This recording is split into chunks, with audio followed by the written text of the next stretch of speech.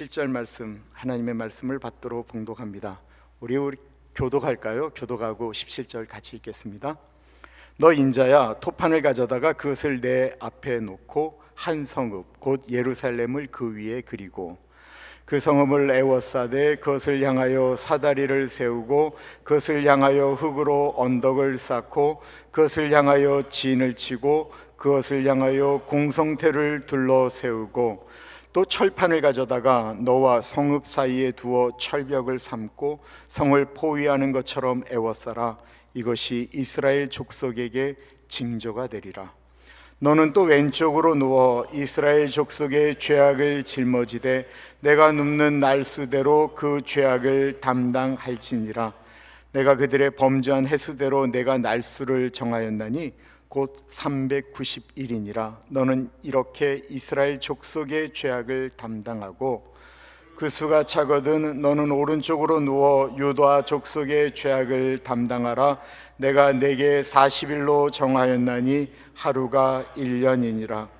너는 또 내 얼굴을 에워싸인 예루살렘 쪽으로 향하고 팔을 걷어 올리고 예언하라. 내가 줄로 너를 동일이니 내가 에워싸는 날이 끝나기까지 몸을 이리저리 돌리지 못하리라. 너는 밀과 보리와 콩과 팥과 조와 귀리를 가져다가 한 그릇에 담고 너를 위하여 떡을 만들어 내가 옆으로 눕는 날수 곧 390일 동안 먹되 너는 음식물을 달아서 하루 20세겔씩 때를 따라 먹고 물도 6분의 1 흰식 되어서 때를 따라 마시라. 너는 그것을 보리떡처럼 만들어 먹되 그들의 목전에서 인분 불을 피워 구울지니라. 또 여호와께서 이르시되 내가 여러 나라들로 쫓아내어 흩어버릴 이스라엘 자손이 거기서 이같이 부정한 떡을 먹으리라 하시기로 내가 말하되 아하 주 여호와여 나는 영혼을 더럽힌 일이 없었나이다. 어려서부터 지금까지 스스로 죽은 것이나 짐승에게 찢긴 것을 먹지 아니하였고 가증한 고기를 입에 넣지 아니하였나이다. 여호와께서 내게 이르시되 보라 새똥으로 인분을 대신하기를 허락하노니 너는 그것으로 떡을 구울지니라. 또 내게 이르시되 인자야 내가 예루살렘에서 의뢰하는 양식을 끊으리니 백성이 근심 중에 떡을 달아 먹고 두려워 떨며 물이 되어 마시다가 떡과 물이 부족하여 피차에 두려워하여 떨며 그 죄악 중에서 쇠패하리라. 아멘. 오늘 설교의 제목은 은혜의 기근에서 회복의 문으로입니다. 우리가 같이 한번 읽겠습니다. 은혜의 기근에서 회복의 문으로. 신학적인 논쟁 중 하나가 하나님은 과연 지옥을 만드셨냐라고 하는 것입니다. 진보주의 신학자들 뿐만 아니라 복음주의자들 신학자들 중에서도 하나님은 지옥을 만들지 않으셨다라고 말하는 분들이 계세요.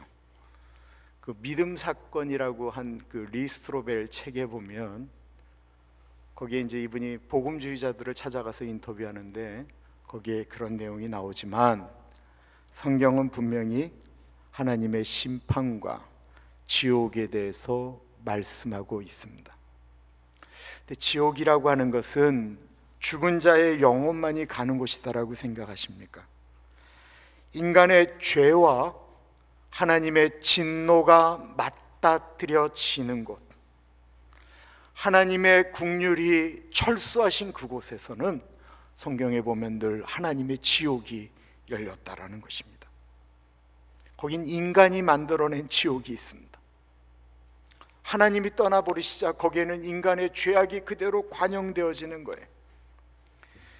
2차 세계대전 당시 우리가 너무나도 잘 아는 독일의 아우슈비츠 그 수용소에서 어떻게 600만을 죽일 수가 있습니까? 사람이 한 명 죽이는 것도 굉장히 어려운데 어떻게 600만을 죽일 수가 있어요? 지옥 아닙니까? 캄보디아에서 폴포츠 정권이, 캄보디아는 그렇게 숫자가 많지도 않아요. 근데 거기서 300만을 죽이는데 총알이 아깝다고 비닐로 싸서 죽였어요. 얼마나 많이 죽였든지 그들이 죽어갔던 그 현장을 가리켜 킬링필드라고 합니다. 지옥이잖아요, 지옥. 하루에도 수도 없는 사람들이 죽어가고 있는 것. 인간이 만든 지옥이라고 하는 것은 인간이 어디까지 내려갈 수 있는지를 우리는 상상할 수가 없습니다. 짐승들은요, 배부르면 사냥 안 합니다. 인간의 탐욕은 끝이 없습니다. 우리가 떠오르면 저곳이 지옥이 아닐까라고 하는 것들이 떠오르지요. BC 587년 바벨론에 의해 예루살렘이 멸망하는 시기, 유다의 마지막 왕이었던 그 시드기야는요, 그가 눈을 뜨고 있는 그 현장 가운데 자기의 자식들을 바벨론 병사들이 도륙을 합니다. 그를 다 보게 한 다음에 시드기야의 눈을 빼서 장님이 된 상태로 바벨론으로 끌려갑니다. 여러분 상상을 해보세요. 지옥이지요. 인간의 악함은 현실이 아니라 지옥을 만든다라는 것입니다. 어떤 분들은 말합니다. 하나님이 사랑이신데 어떻게 그런 고통을 허락하시느냐라는 것입니다. 근데 성경은 하나님은 사랑이실 뿐 아니라 거룩하신 심판의 하나님이심을 증언합니다. 지난번 송전도사님 설교하실 때 말씀하셨던 거 기억합니다. 이 심판은 하나님을 믿지 않는 사람을 향한 심판이 아니라 하나님을 믿는 사람들에게 내린 심판인데, 그 심판은 하나님이 오래 참고 기다리고 기다리셨다가 그 참으심에는 끝이 있다라는 것입니다. 그래서 오늘 우리도 하나님의 말씀 앞에 서야 합니다. 하나님 우리에게 경고하실 뿐만 아니라 우리에게 경고하심으로 피할 길을 말씀하고 계신다라는 것입니다. 오늘 본문 속 에스겔은 한마디도 하지 않습니다. 오직 말이 아닌 몸으로 하나님의 메시지를 전합니다. 그리고 이 에스겔의 상징적 행동을 통해서 예루살렘에 펼쳐질 지옥을 이야기하고 있는 것입니다. 첫 번째 상징이 무엇일까요? 하나님은 에스겔에게 돌판을 가져다가 그 돌판에다가 예루살렘 성을 그리고, 그리고 그 돌판 주변에 사다리를 그리고 사다리를 세우고, 그리고 그 돌판을 넘어갈 흙토성을 쌓고, 그리고 공성태는 성을 깨트리는 이 무거운 쇠나 이 돌 같은 것을 던져서 깨트리는 걸 공성태라고 하는데, 그 공성태를 가지고 네가 그린 예루살렘 성벽 그 토판에다가 그거를 이렇게 둘러싸라고 명령하십니다. 1절부터 읽어볼게요. 너 인자야, 토판을 가져다가 그것을 내 앞에 놓고 한 성읍 곧 예루살렘을 그 위에 그리고 그 성읍을 에워싸되 그것을 향하여 사다리를 세우고 그것을 향하여 흙으로 언덕을 쌓고 그것을 향하여 진을 치고 그것을 향하여 공성태를 둘러세우고 또 철판을 가져다가 너와 성읍 사이에 두어 철벽을 삼고 성을 보위하는 것처럼 에워싸라. 이것이 이스라엘 족속에게 징조가 되리라. 이것은 예루살렘이 바벨론에 의해 완전히 포위당하게 될 것을 시각적으로 보여주는 어떤 장면극이죠. 여기에 그 성읍을 향하여라고 하는 표현이 3번이 나옵니다.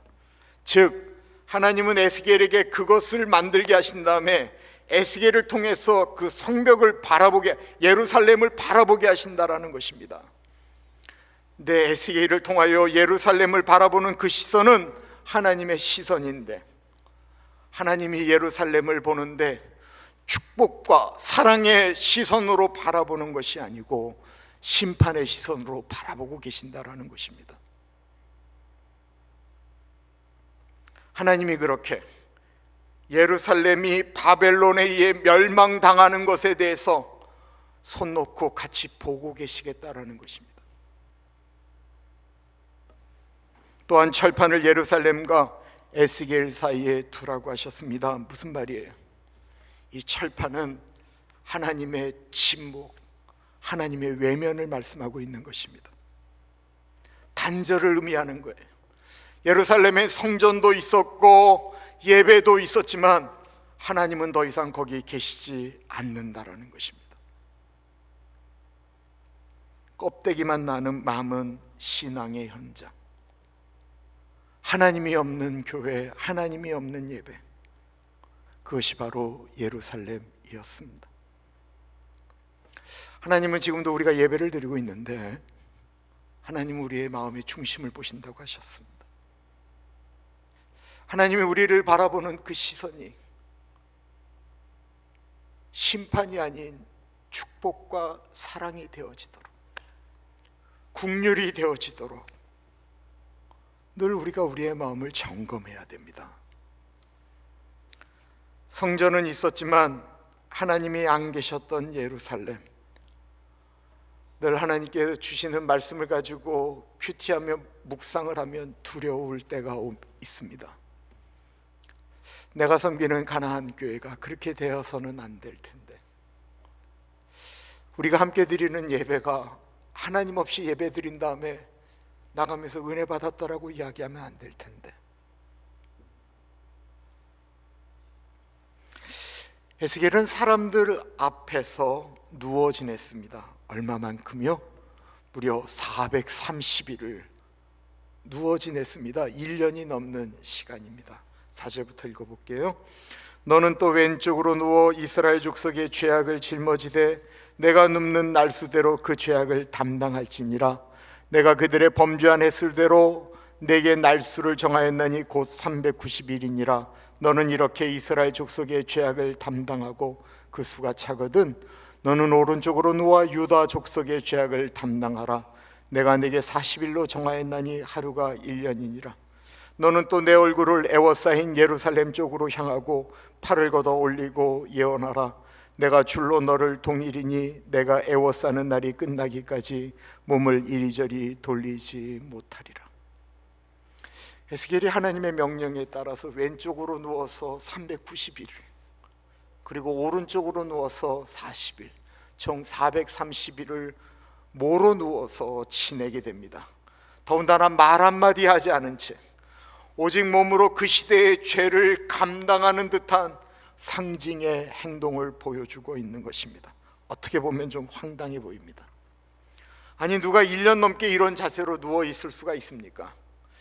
물론 실제로 이 성경학자들은 24시간 이렇게 있었다고 이야기하지 않고요, 매일 어떤 일정한 시간 동안 유대 백성들 앞에서 그렇게 누워서 그들에게 보여줬다라는 것입니다.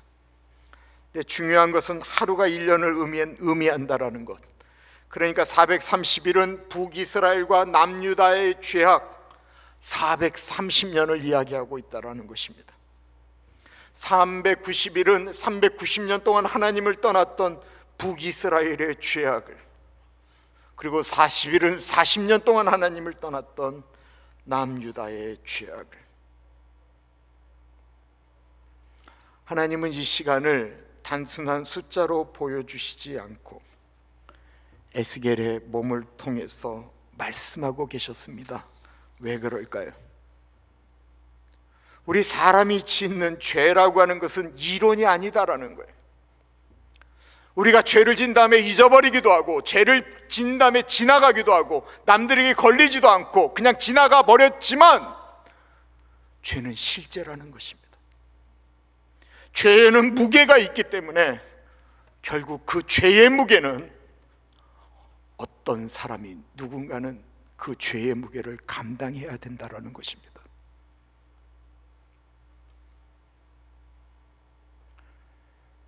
에스겔은 침묵의 파수꾼, 움직이지도 못하는 선지자가 되어서 그 죄의 무게를 몸으로 견디고 있습니다.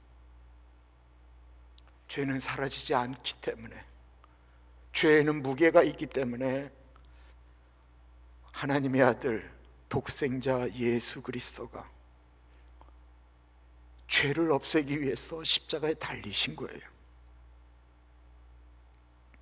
하나님은 우리에게 묻고 계십니다. 너는 네가 짓는 그 죄가 얼마나 무거운 줄 아느냐? 너는 그 죄의 무게를 감당하면서 계속 짊어지면서 죄를 더하면서 그리고 너는 살 수 있느냐? 에스겔은 묶인 채로 누워 있어야 했습니다. 8절에 보면 하나님께서 그를 동아줄로 꽁꽁 묶으셨습니다. 움직이게 못하셨다라는 것입니다. 이게 무엇을 상징하는 것일까요? 죄는 우리를 자유롭지 못하게 한다라는 거예요. 죄는 자유롭지요.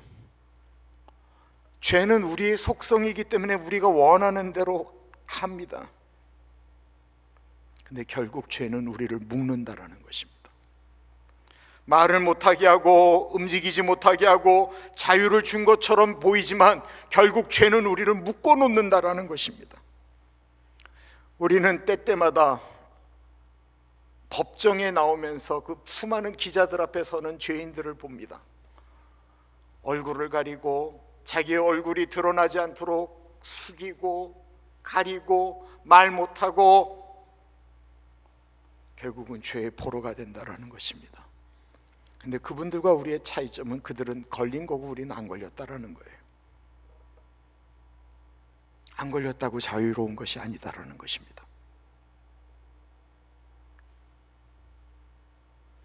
마지막으로 에스겔은 먹는 행위마저 하나님의 메시지로 삼습니다. 하나님은 에스겔에게 각종 곡물을 섞어 만든 떡을 물과 더불어 사람의 똥을 태워서 먹으라고 하십니다.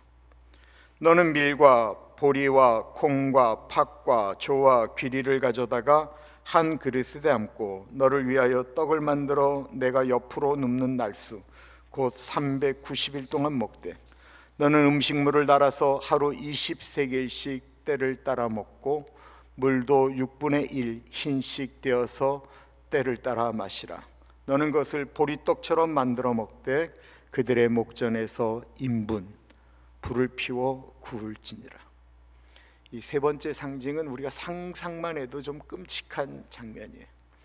에스겔에게 각종 곡물을 섞어 떡을 만드는데 그것을 인분 이렇게 똥을 말린 것을 태워서 거기에서 먹되 하루 20세겔이라고 했습니다. 오늘날로 정확히 따지면 230g입니다. 우리가 먹는 그 조그만 밥 공기가 210g 정도 된다고 해요. 그보다 조금 더 쌓은 것을, 더군다나 여러 가지 곡물들이 섞였는데 이걸로 떡을 만들면 진짜 딱딱한 떡이 된다라는 것입니다. 그리고 이것을 칼로리로 계산하면 850칼로리입니다. 이거 엄청난 영양실조죠.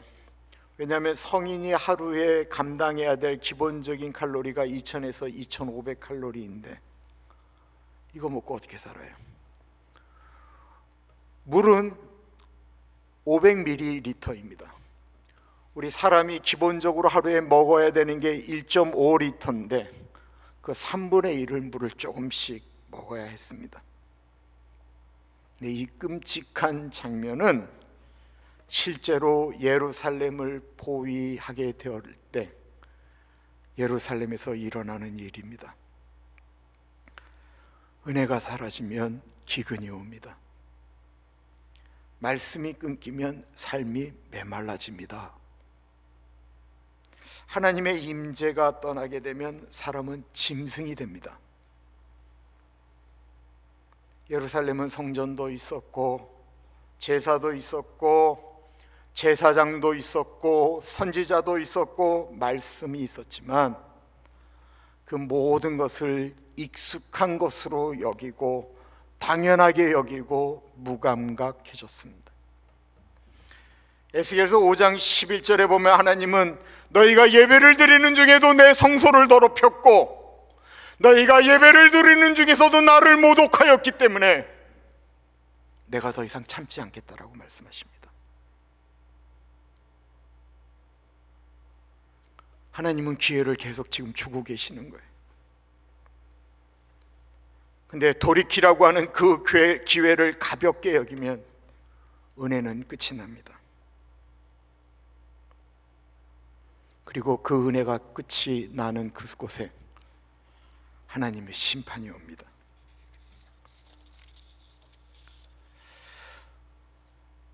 오늘날의 시대를 우리 옛날 부흥사 목사님들이 지금도 우리는 은혜의 시대를 산다라고 이야기를 합니다. 2000년 역사 가운데 이렇게 편안하게 예배드리고 온갖 것들이 진짜 다 동원되는 예배를 드리는 때가 과연 있었습니까? 근데 너무나도 은혜가 풍성하다 보니까 우리는 좀 더 자극적인 것들을 계속해서 원하고 있지는 않는지,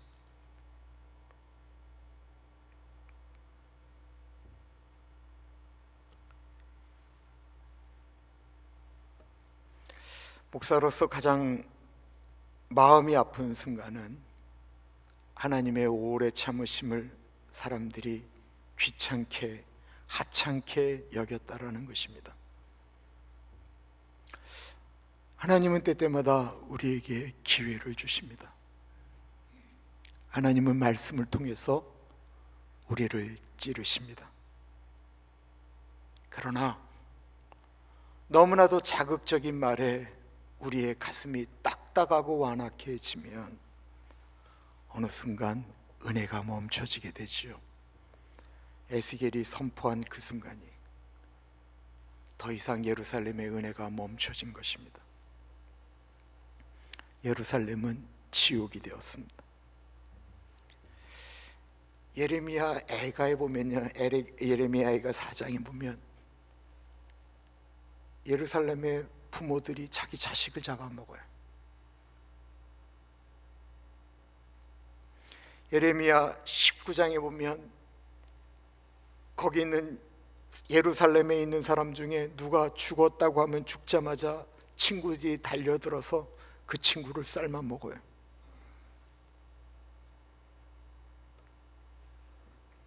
예루살렘에 성전도 있었고 예배도 있었지만 은혜가 사라지니까 그 은혜의 빈자리에는 부모들의 통곡소리, 아이들의 절규만 남아 있었다라는 것입니다. 그리고 하나님의 임재가 떠나죠. 하나님의 백성들이 하나님의 사람임을 포기하고 사람을 잡아먹는 식인종이 되었다라는 것입니다. 여러분, 사람이 얼마나 악해요? 계몽주의라고 있잖아요. 18세기 사람에 대해서 이야기하는 휴머니즘, 인본주의, 계몽주의. 그때 일어났던 계몽주의는 인류에 대한 낙관이었습니다. 하나님 없어도 괜찮다. 니체가 얘기했던 것처럼 신은 죽었다라고 이야기해도 될 만큼 사람들은 계몽되기 시작했습니다. 누구에게 간섭받지 않아도 우리 힘으로 우리가 이 땅을 다스릴 수 있다고, 마치 바벨탑을 쌓았던 것처럼 계몽주의는 그렇게 이 땅 가운데 퍼져나가기 시작했습니다. 그리고 일어난 것이 1차 세계대전입니다. 그리고 일어난 것이 2차 세계대전이에요. 어떻게 보면 계몽주의, 휴머니즘, 가장 철학이 발달했던 독일에서, 어떻게 보면 가장 회중교회라고 하는 하나님을 믿는 사람들이 가장 많다라고 얘기했던 그 독일에서 600만을 죽였어요. 여러분, 사람을 믿지 마세요. 요즘 또다시 인간이 신의 세계로 넘어갔다라고 이야기하면서 이제는 신이 없다라고 또 이야기하기 시작했습니다. 그리고 오늘날 현실 가운데 일어나는 일은 무엇입니까? 인간이 더 도덕적이 됐습니까? 인간이 이 땅을 다스리게 되었습니까? 하늘에서 쏟아지는 비로도 어쩔 줄 모르는 우리들이, 그게 우리입니다. 하나님의 임재가 있는 사람들에게 그들이 하나님의 형상대로 살 것이다라고 기대하면 안 됩니다. 제 얘기가 아니고요, 역사가 이야기하고 있습니다. 특별히 성경이 이야기하고 있는 사람들은 하나님을 안 믿는 사람들이 아닌 하나님을 믿는 사람들이 그렇다라는 거예요. 하나님을 믿는 사람들이 하나님 없이 살면 하나님 없는 사람은 짐승과 같다라는 것입니다. 지금도 하나님의 임재가 멀어진 사람들에게, 은혜를 잃어버린 분들에게 하나님이 주시는 외침입니다. 하나님은 오늘도 침묵하지 않으십니다. 하나님은 우리에게 말씀하십니다. 내가 다시 은혜의 문을 열겠으니 그리로 들어오라. 지금은 바로 은혜의 기근에서 회복의 문으로 들어갈 때입니다. 예배의 자리를 좀 사모했으면 좋겠습니다. 말씀을 읽으면 우리의 마음을 좀 열었으면 좋겠습니다. 그때 우리의 감격은 다시 시작되어집니다.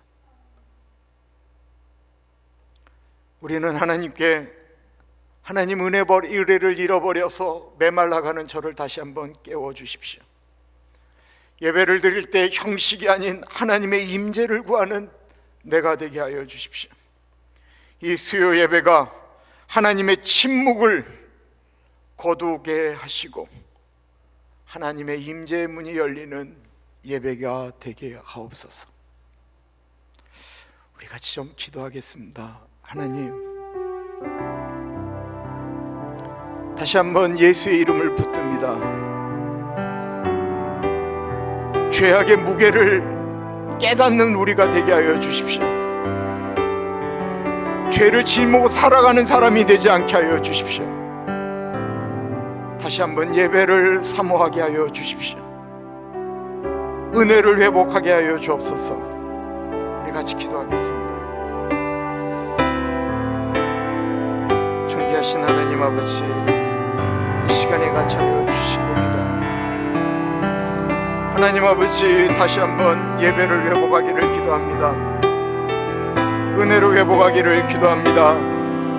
말씀이 회복되어지기를 기도합니다. 하나님, 죄의 무게가 있는데 그 죄를 차곡차곡 쌓으면서 우리 자신이 하나님 아버지 자유를 잃어버리는 그 일이 없도록 하나님 아버지가 자유해 주옵소서.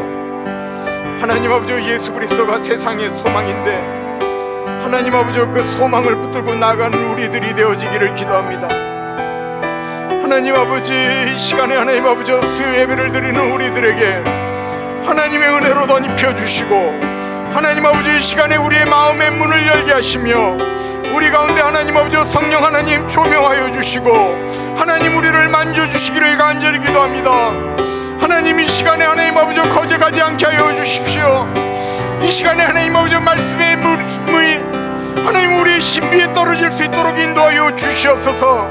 하나님, 오렌지 가나안 장로 교회가 모이면 예배 드릴 때 하나님의 임재 가운데 예배 드리게 하시고 하나님 없이 예배 드렸다라고 이야기하지 않게 하시며 하나님 아버지, 하나님 앞에 전심으로 나아가서 예배를 드리며 이 땅의 성벽이 무너진 데를 막아서 기도하며 나아가는 교회가 되어줄 수 있도록 인도하여 주옵소서.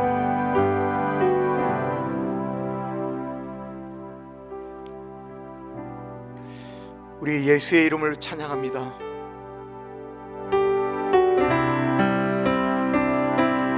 이름은 세상의 소망이요 예수의 이름은 천국의 기쁨일세. 예수의 이름은 예수의 이름은 세상의 소망이요 예수의 이름은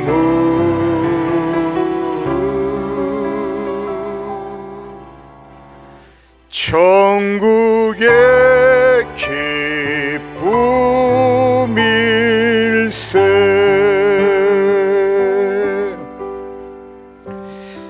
참으로 존귀하신 하나님 아버지, 하나님 아버지의 오래 참으심을 잊은 채 형식과 습관에 길들어진 신앙으로 살았던 우리를 용서하여 주십시오. 성전은 있는데, 예배도 있고 말씀이 있는데, 하나님의 임재가 떠나버린 예루살렘처럼 예배도 드리고 교회도 있고 말씀은 들리는데 은혜 없이 감격 없이 예배자가 되지는 않았는지 우리 자신을 돌아봅니다. 존귀하신 예수님,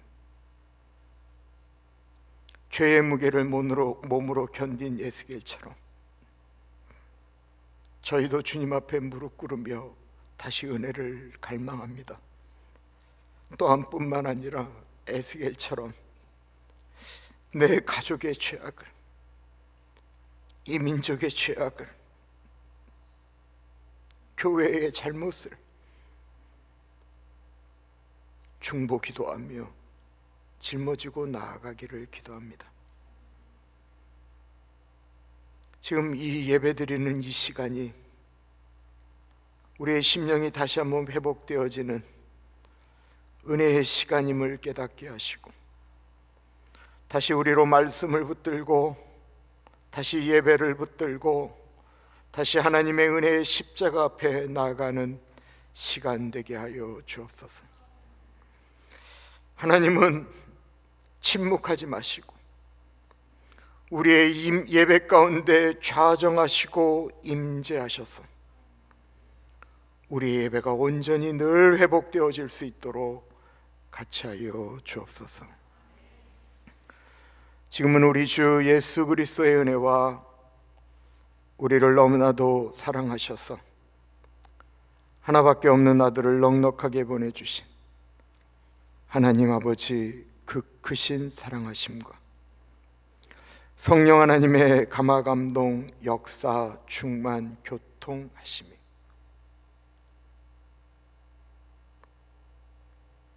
하나님 아버지, 내 주변을 지옥으로 만드는 것이 아니고 하나님의 임재가 거하는 천국으로 만들겠습니다. 다짐하는 사랑하는 죄 백성들 머리 위에 지금으로부터 영원토록 함께 하시길 간절히 축원하옵나이다. 아멘.